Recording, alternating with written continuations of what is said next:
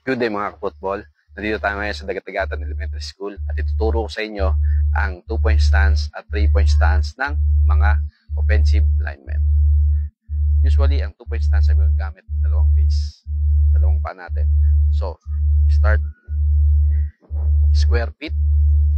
Siguro din yung paa at pasta ng kaunti sa may balikat. Okay? So, uupo tayo na parang uupo tayo sa kubeta, sa CR. Yan. Okay? So, dito nangangailangan ng malakas na legs para ma-maintain natin ang stance na to. Ayan. So, makikita natin yung paa natin sa side. Yan. 2-point stance. Okay? Ang position na to, usually, ang gumagamit nito ay center. Pero sa guard at sa tackle, for example, right tackle and right guard, so same base, pero sa basic, i-atras sa basic stance ng right guard at right tackle, yung right foot natin, i-atras natin ng isang foot. Same base, lagpas na ng kaunti sa balikat, square foot pa rin. Yung dalawang paa natin forward. So, uupo tayo. Okay? Kaya, 2-point stance. Etong siko, kapatong dito. Kamay na to, steady dito. Yung mukha, diretso pa rin sa harapan. 2-point stance. For right guard and right tackle. Okay? Sa side.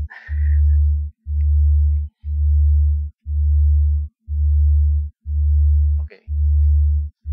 For left guard and left tackle naman, yung left foot ang iatras. Base pa rin ay kasing wide ng balikat. Okay. Right hand nakatungtong sa tuhod. Ito. Pwede ditong nakapatong. Ayan. That's the two. Ito ang 2-point stance para sa left guard at left tackle. Natin sa side. Tapos tayo isa.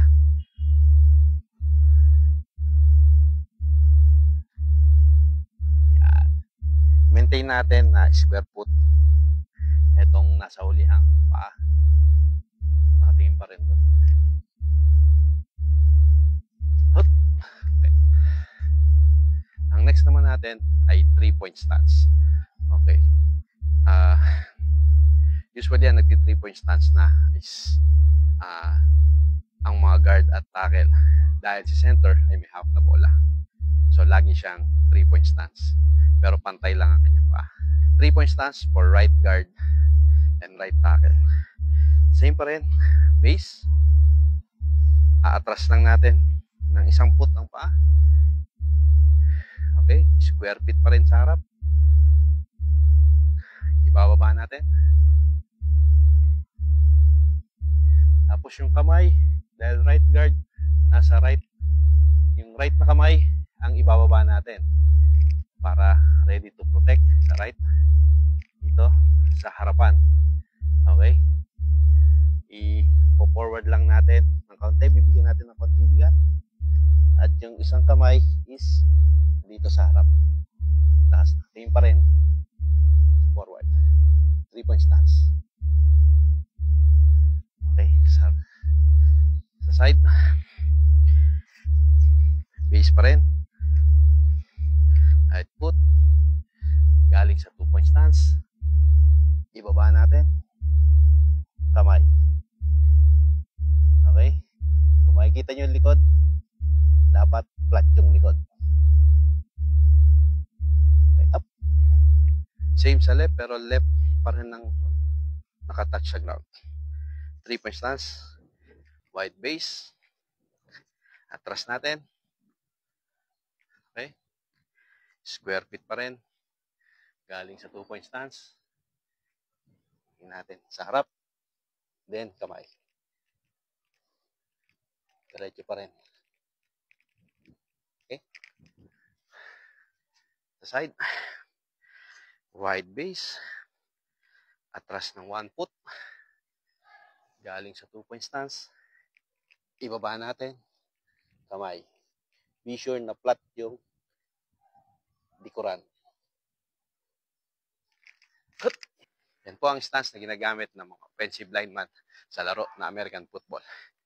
Follow for more videos.